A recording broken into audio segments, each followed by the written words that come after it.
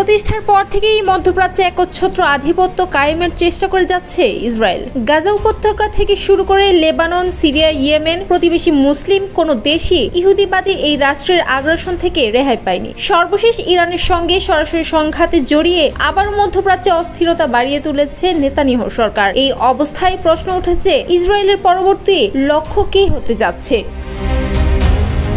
বিশ্লেষকদের মতে এবার ইসরায়েলের নজর তুরস্কের দিকে। সাম্প্রতিক সময়ে সিরিয়ার পরিস্থিতি এই সন্দেহ আরো জোরালো করেছে।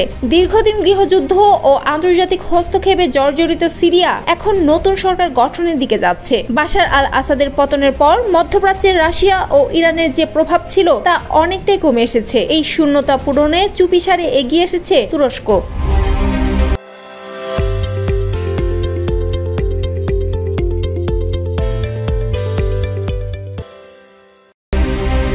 জানা গেছে, সিরিয়ার নতুন প্রশাসনের সঙ্গে প্রতিরক্ষা সহযোগিতা চুক্তি নিয়ে কাজ করছে আঙ্কারা, আর এটি সহ্য করতে পারছে না ইসরায়েল। গত এপ্রিলে সিরিয়ায় সতর্কতামূলক বোমা হামলা চালায় ইসরায়েল। যদিও তারা দাবি করেছে এটি ভবিষ্যৎ হামলা ঠেকাতে একটি বার্তা, তবে বিশ্লেষকরা বলছেন এই হামলার মূল উদ্দেশ্য ছিল তুরস্ককে একটি স্পষ্ট হুঁশিয়ারি দেওয়া। আসলে সিরিয়ায় প্রভাব বিস্তারের দৌড়ে তুরস্ককে বাধা দিতেই এই আগ্রাসন।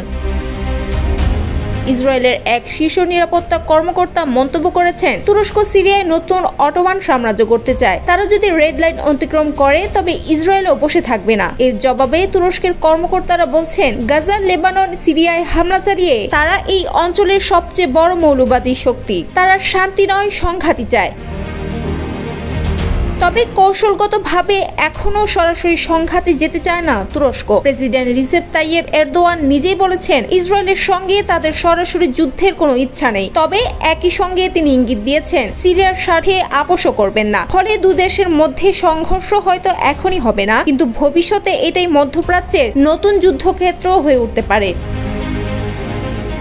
বিশ্লেষকদের মতে তুরস্ক ও ইসরায়েলের এই ঠান্ডা যুদ্ধ দীর্ঘায়িত হলে তা পুরো অঞ্চলের জন্য ভয়াবহ হতে পারে। একদিকে রয়েছে ইসরায়েলের আগ্রাসী সামরিক নীতি, অন্যদিকে আঙ্কারার আঞ্চলিক নেতৃত্বে ফেরার চেষ্টা। এমন এক উত্তপ্ত পরিস্থিতিতে ইসরায়েলের পরবর্তী টার্গেট যে তুরস্ক হতে পারে, এটি আর নিছক অনুমান নয়, বাস্তব হুমকি হয়ে উঠছে প্রতিদিন।